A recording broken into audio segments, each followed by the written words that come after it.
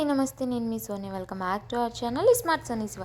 ఈరోజు మన వీడియోలో ఒక మంచి స్వీట్ రెసిపీతో మళ్ళీ మీ ముందుకు వచ్చేసాను. అదే చల్లని బాసుంది రెసిపీ అనమాట. బయట కొంటే ఎంతైతే టేస్ట్గా ఎంతైతే థిక్గా ఉంటుందో ఇంట్లో చేసుకున్న సేమ్ టెక్స్చర్ సేమ్ టేస్ట్తో ఎలా చేసుకోవాలో ఈజీ వేలో చూపించేస్తాను. ముందుగా ఈ బాసుంది రెసిపీ కోసం స్టవ్ మీద ఒక పాన్ పెట్టేసుకొని అందులోకి ఒక 1 లీటర్ దాకా పాలను అయితే వేసేసుకోవాలి. పాలు వేసుకున్న తర్వాత మీడియం ఫ్లేమ్లో పెట్టుకొని పాలని చక్కగా ఒక 2-3 పొంగులు వచ్చి మరిగే విధంగా మరిగించుకోవాలి. ఇలా కలుపుకుంటూ మరిగించుకోవాలన్నమాట. సో చక్కగా దాని మీద వచ్చిన మీగడ్ని మనం పాలల్లోకి కలిపేయకుండా ఇలా సైడ్కి పెట్టుకుంటూ కలుపుకుంటే మనకి లాస్ట్లో థిక్నెస్ అనేది చక్కగా యాడ్ అవుతుందన్నమాట. ఇవి బాగా మరిగేలోపు ఇక్కడ డ్రై ఫ్రూట్స్ని తీసుకుని కట్ చేసుకోండి. నేను ఇక్కడ జీడిపప్పు ఒక 10, బాదం పప్పు ఒక 10 తీసుకున్నాను అనమాట. సో చూడండి, ఇవి కట్ చేసుకునేటప్పుడు మనకి పాలు అనేది హాఫ్గా రెడ్యూస్ అయ్యాయి కదా. ఇప్పుడు ఇందులోకి మనం ముందుగా కట్ చేసుకున్న బాదం పప్పు, జీడిపప్పుని వేసేసుకోవాలి. మీకు ఇష్టమైతే పిస్తా కూడా యాడ్ చేసుకోవచ్చు అనమాట. అలాగే ఇందులోకి ఒక 1/2 టీ స్పూన్ దాకా ఇలాచీ పౌడర్, అలాగే మీ దగ్గర ఉంటే కొంచెం కలర్ కోసం కుంకుమ పువ్వును కూడా యాడ్ చేసుకొని అంత బాగా కలిసే విధంగా కలుపుకొని మీడియం టు సిమ్లోకి అడ్జస్ట్ చేసుకుంటూ చక్కగా ఇలా మనం గెరటితో కలుపుకుంటూ అడుగు పట్టిన మీగడ కానీ లేదా చుట్టుపక్కల పట్టుకుంటున్న మీగడని కానీ ఇలా లోపలికి అనుకుంటూ ఇలా దిక్కుగా అయ్యేంత వరకు ఇలా మరిగించుకోవాలి. ఇలా థిక్గా అయిన తర్వాత ఇందులోకి ఒక 1 టేబుల్ స్పూన్ దాకా షుగర్ని యాడ్ చేసుకోండి.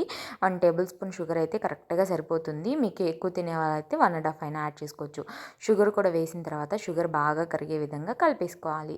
ఇలా షుగర్ అంతా కరిగిపోయి మళ్ళీ కొంచెం థిక్గా అయ్యేంత వరకు మరిగించుకోవాలన్నమాట, ఒక 1/2 నిమిషం పాటు.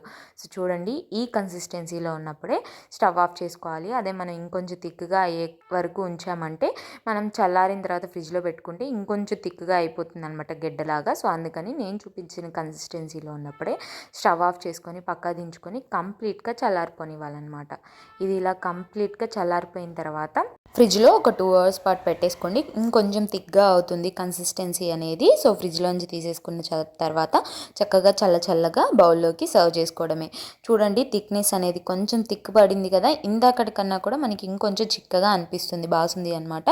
సో అందుకే మనం ఆ కన్సిస్టెన్సీలో స్టవ్ ఆఫ్ చేసేసుకోండి. మనకి చల్లారిపోయిన తర్వాత ఇలా ఈ కన్సిస్టెన్సీలోకి వస్తుంది. ఇలా చల్లగా బౌల్లోకి సర్వ్ చేసుకున్న తర్వాత పైనుంచి నట్స్తో గార్నిష్ చేసుకొని పిల్లలకి కానీ పెద్దలకు కానీ పెట్టారంటే చాలా ఇష్టంగా తింటారు. సేమ్ బయట కొంటే ఏ టేస్ట్ అయితే వస్తుందో అదే టేస్ట్తో చక్కగా ఈజీగా సింపుల్గా ఇంట్లోనే చేసేసుకోవచ్చు అనమాట.